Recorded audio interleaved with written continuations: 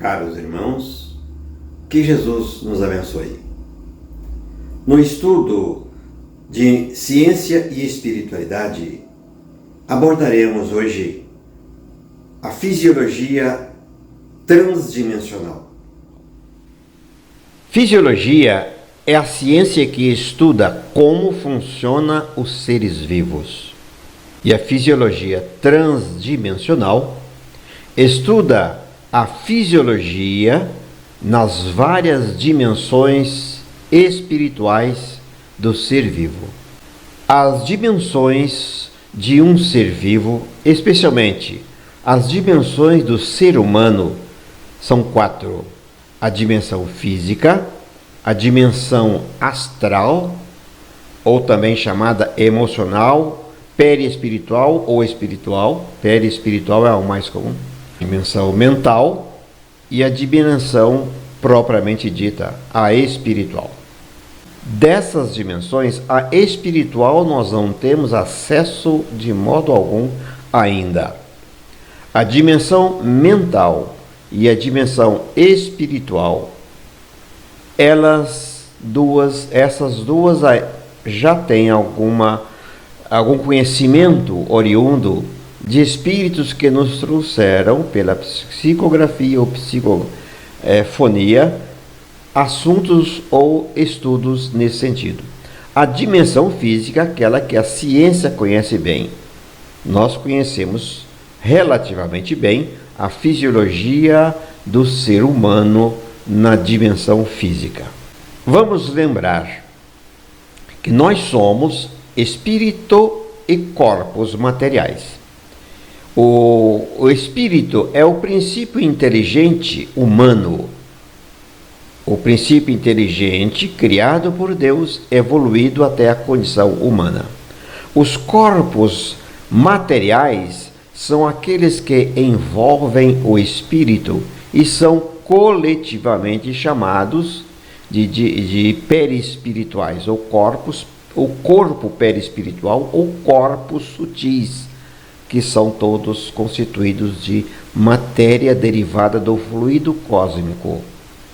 Estes corpos materiais estão divididos em 3. O corpo físico, que é o corpo material da manifestação do espírito como encarnado. O corpo espiritual, ou psicossoma, ou perispírito, ou astral, ou emocional, é aquele que está vibrando em uma frequência maior do que aquela do corpo físico. E o corpo mental, que envolve um corpo e é a sede da mente. Esquematicamente, nós temos aqui representado o espírito, o corpo mental, o corpo perispiritual e o corpo físico. Lembrando bem que não há uma separação entre eles. Todos funcionam simultaneamente, intrinsecamente, de modo que não podemos distinguir onde um termina e o outro começa. O controle destes corpos materiais e o espírito tem uma hierarquia. Hierarquicamente, o espírito é o comandante de todo, ou seja, a sede dos comandos de funcionamento de todos os outros corpos.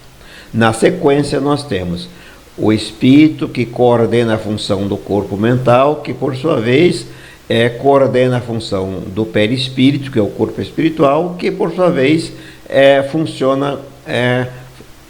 tem o controle da função do corpo físico.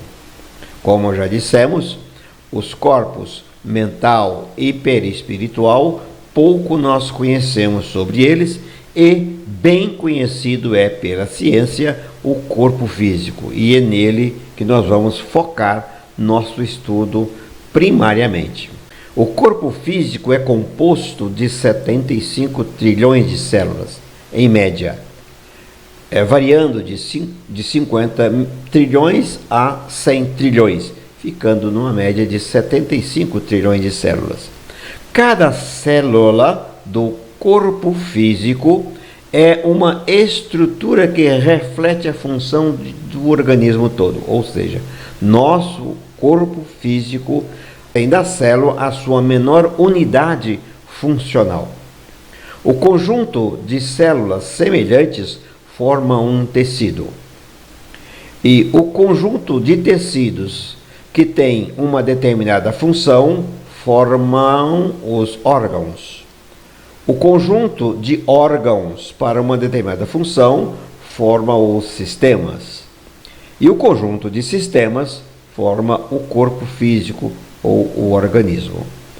Do ponto de vista espiritual, o corpo físico é a cópia fiel do corpo espiritual ou do perispírito.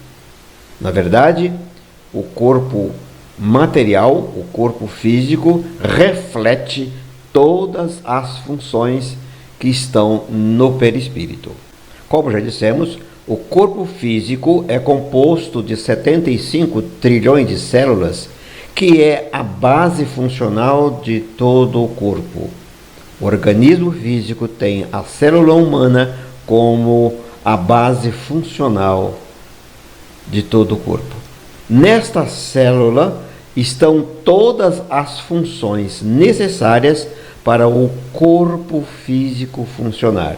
Todas as estruturas intracelulares, desde o núcleo até o citoplasma e até a membrana celular, têm funções específicas para realizar todas as funções do corpo físico.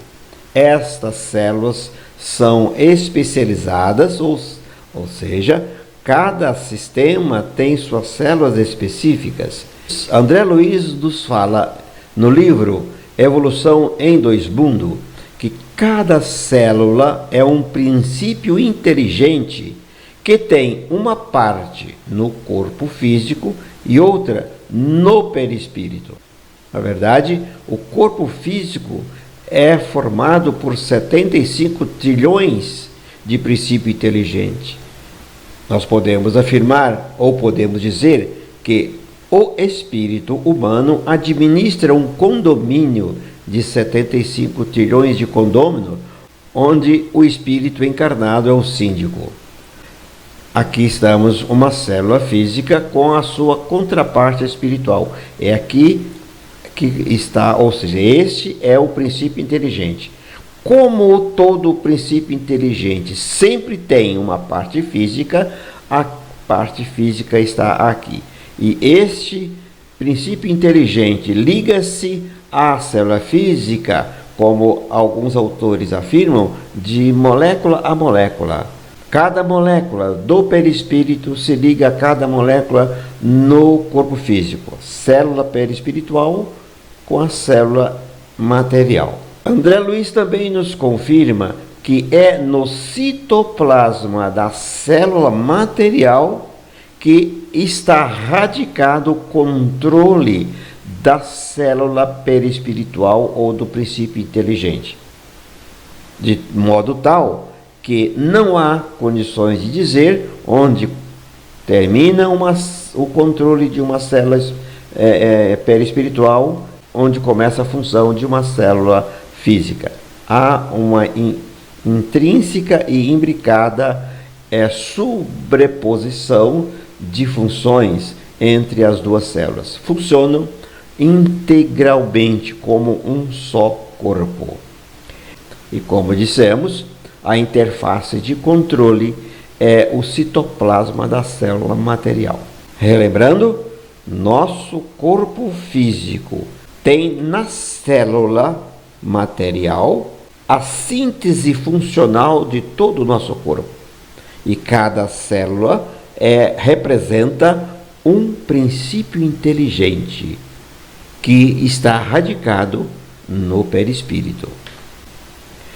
Podemos dizer que uma célula física pode ser representada, a grosso modo, por um robô, e dentro do robô está quem controla o robô.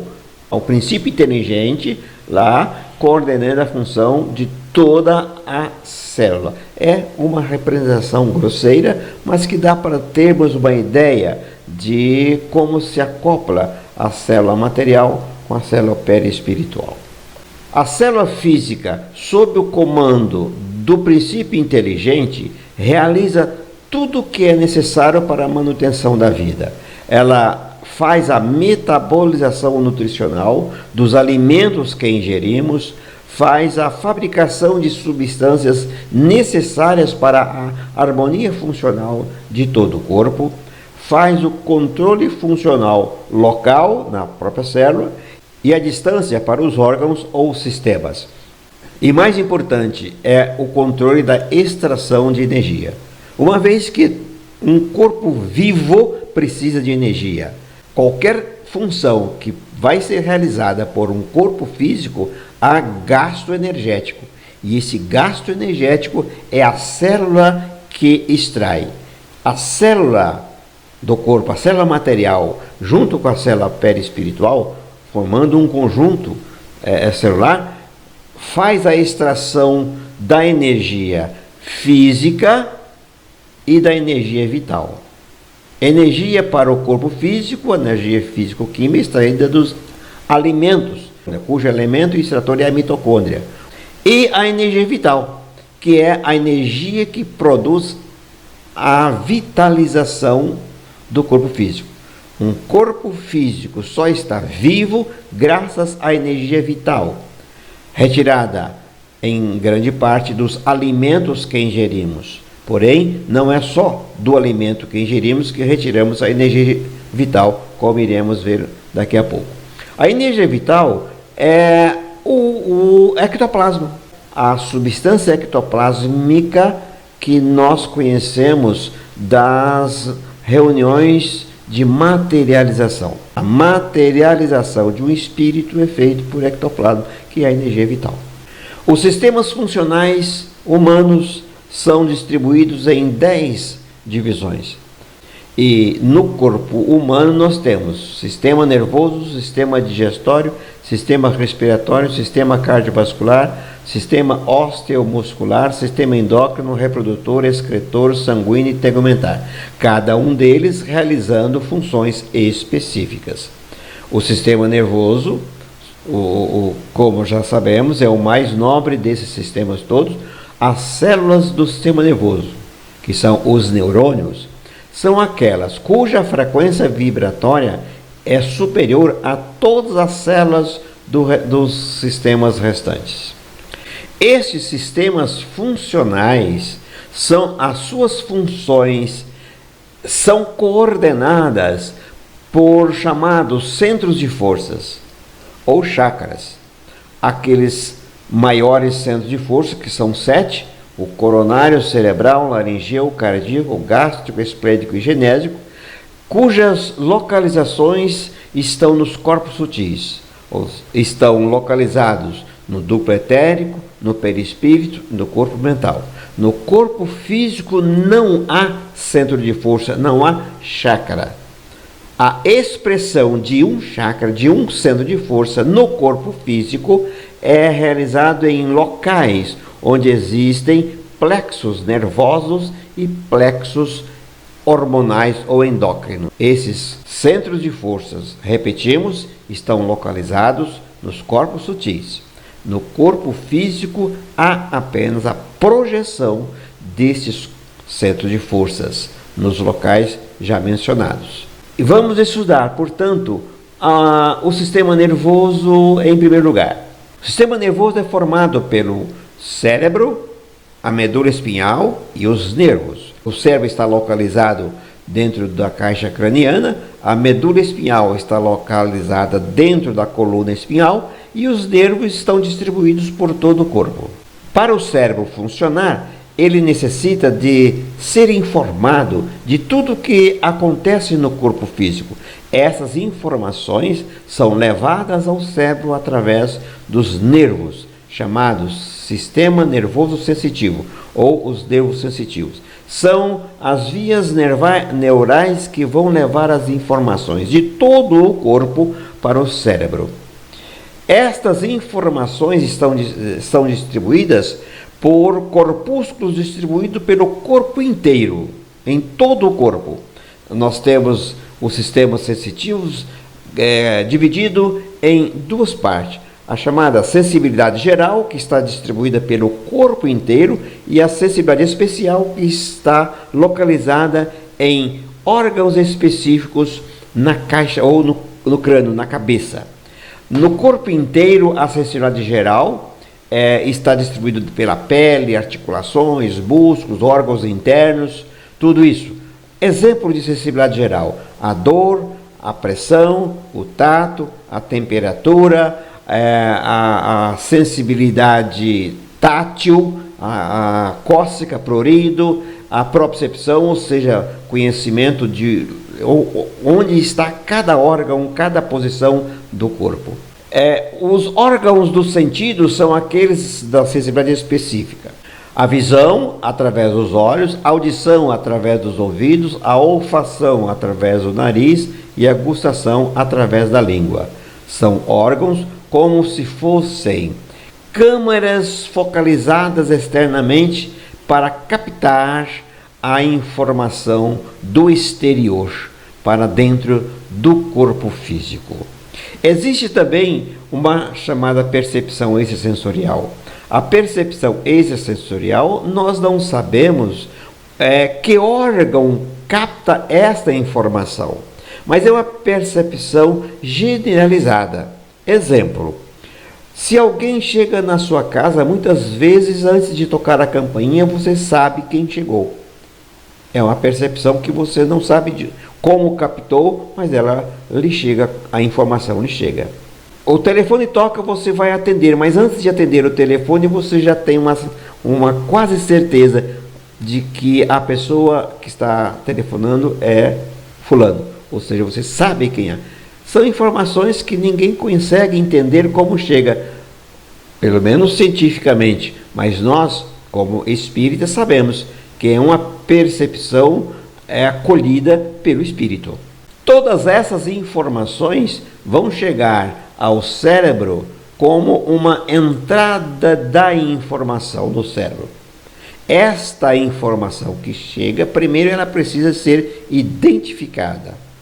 É uma dor, é uma pressão, é uma audição, é uma gustação, ou seja, que tipo de informação está chegando. Isto, o sistema nervoso, o cérebro realiza isto.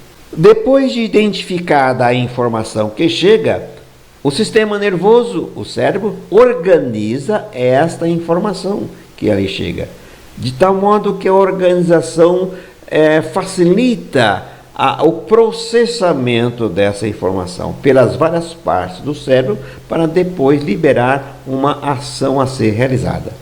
A informação que chega tem que ser respondida em uma ação adequada. Para a realização desta ação, através da identificação, organização e processamento, nós lançamos mão de uma série de atributos que estão sendo realizados pelas estruturas intracerebrais. São o sistema de controle motor, sistema de controle mental, emocional e vegetativo, ou seja, aquelas informações, aquelas funções inerentes aos nossos órgãos internos.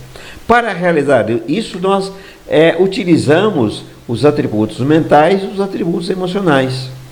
Os atributos mentais é a inteligência, planejamento, raciocínio, memória, vontade, lógica, juízos, a moral, razão, ética, etc.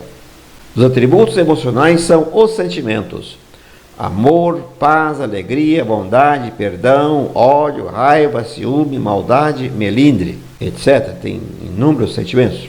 Os atributos mentais têm um impacto forte e eles são organizados pelos corpos mentais. Os atributos emocionais, que têm uma ação intensa no perispírito, as emoções, os sentimentos impactam profundamente o perispírito. E esse impacto pode lesar o perispírito e nós temos que carregar isso para as outras encarnações. As emoções, portanto, têm um impacto forte no perispírito e os atributos mentais impactam profundamente o corpo mental. Depois de realizada o processamento, libera-se uma ação a ser realizada. Essa ação é emitida do cérebro através dos chamados nervos motores ou nervos eferentes. Esses nervos que saem do cérebro vão executar a tarefa que o cérebro programou, que pode ser através do sistema osteomuscular e articular, sistema ósseo, sistema muscular, sistema articular, para realizar algum movimento, ou então o sistema neurovegetativo, para fazer o coração funcionar, o intestino funcionar, a bexiga funcionar, ou seja, os órgãos internos funcionarem. Tudo isso, o conjunto de tudo isso forma o chamado comportamento da ação final do cérebro. Uma ação global que realiza a resposta que o cérebro efetua frente a uma entrada sensorial ou uma informação. É evidente que não é o cérebro em si que realiza isso. O cérebro é apenas a estrutura material para que o espírito realize toda a função. Então, é o espírito, através dos corpos sutis, chegará até ao cérebro, e do cérebro a informação se distribui para o corpo inteiro através dos nervos. Toda a ação de comando, portanto, é espiritual. Nós podemos dizer que o cérebro é o elemento material para expressar o trio evolutivo. O que é o trio evolutivo? São 3 ações que fazem todo o processo evolutivo de nós, espíritos encarnados. É o pensamento, a vontade e o sentimento. Pensamento é a organização, é o conjunto de todas as ações realizadas pelos atributos mentais. Sentimento é a energia liberada pelos atributos emocionais em suas mais variadas distribuição e tipo. E a vontade? A vontade é aquela parte que foca na liberação do desejo, do livre-arbítrio, da decisão, o que fazer, qual o sentimento utilizar na saída da resposta cerebral. Que tipo de sentimento eu vou usar? Alegria, paz, amor, bondade? Ou seja, a escolha pela vontade. E o pensamento secunda a vontade do sentimento. Então, vontade é o poder de decisão. Pensamento é o ato criador, o elemento criador da resposta a ser emitida. Sentimento é a parte que energiza tudo isso para ser realizado. Então, esta é a ação cerebral. O cérebro é a parte funcional de todo o nosso corpo. É ali o comando de tudo que precisa ser feito no corpo, começa no cérebro. Nós podemos assim, novamente, buscando a alegoria grosseira de um robô. O robô, para funcionar, precisa de que haja comando, e o comando está aqui na cabeça do robô, que é o cérebro nosso. Uma comparação grosseira, mas dá para a gente entender bem. O cérebro comanda todo o corpo. Quem está aqui na cabeça do robô comanda todo o resto do robô. É grosseiramente nossa função do cérebro nosso. Rapidamente aqui temos um sistema digestório, sistema digestivo, formado com todos os seus elementos, desde a boca até o ânus. A função primordial do sistema digestivo é captar o alimento que chega pela boca, triturar, amassar e quebrar em pequenos pedacinhos através dos dentes, estômago, e distribui isso para os intestinos, quebrar ainda mais até chegar na sua parte menor, que são as moléculas e as substâncias químicas que compõem o alimento. Isto, ou estes alimentos, ou essas substâncias são absorvidas pelos intestinos, lançadas na corrente sanguínea, que o sistema circulatório vai distribuir esse alimento para o corpo inteiro, e a célula, cada célula receberá o seu quinhão de alimento para ser metabolizado. Isto, rapidamente, a função do sistema digestório. Como dizemos, a absorção dos alimentos é feita pelo sistema digestório, e além dos compostos materiais que serão utilizados para a extração da energia química, energia físico-química dos alimentos, também o alimento fornece energia vital. O alimento que é absorvido aqui nos intestinos vai para a corrente sanguínea e ali capta e ali cai sob o controle do centro gástrico, que está localizado perispiritualmente aqui na região umbilical. E é esse centro energético que vai captar a energia vital triturado pelas mitocôndrias da célula. Liberou energia e a energia é captada ali. Além da energia vital, é possível que ali também absorvamos energia emocional e mental. Não do próprio indivíduo diretamente, mas energia que houve contaminação por fontes externas. Por exemplo, se você come uma carne, essa carne está repleta da energia emocional do animal, uma energia que é descarregada em toda a carne que o animal fornece.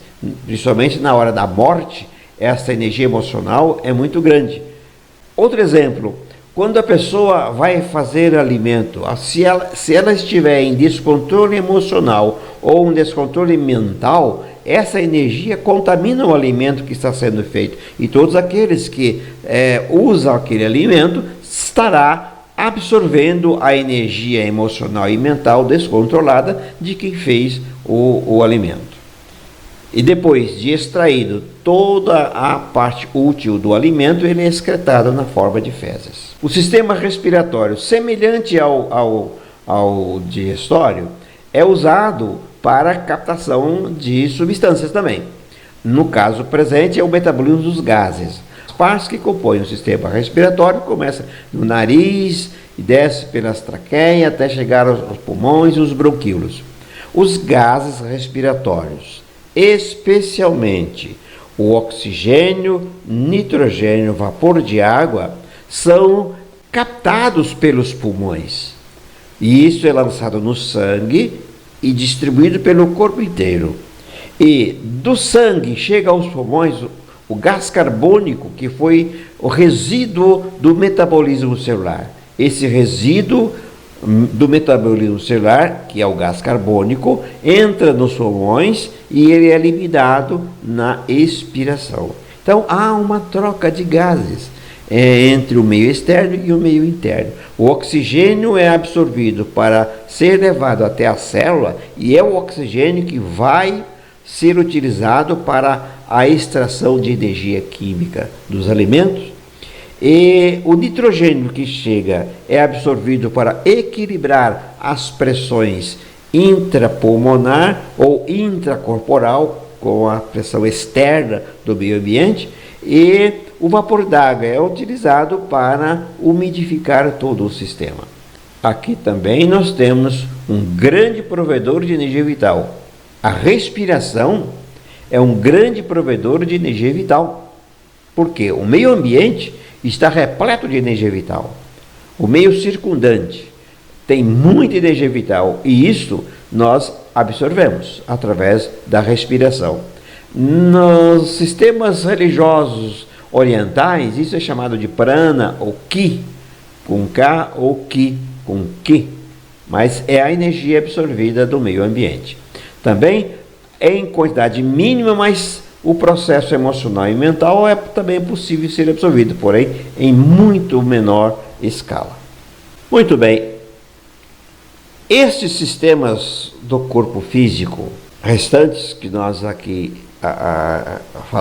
só falamos de 3 entre os 10, todos eles têm uma função de movimentar energia, produzir substância e informar ao cérebro de como está sendo executadas as funções cerebrais, as funções orgânicas. A extração dos alimentos, a extração da energia, são justamente para que nós possamos viver.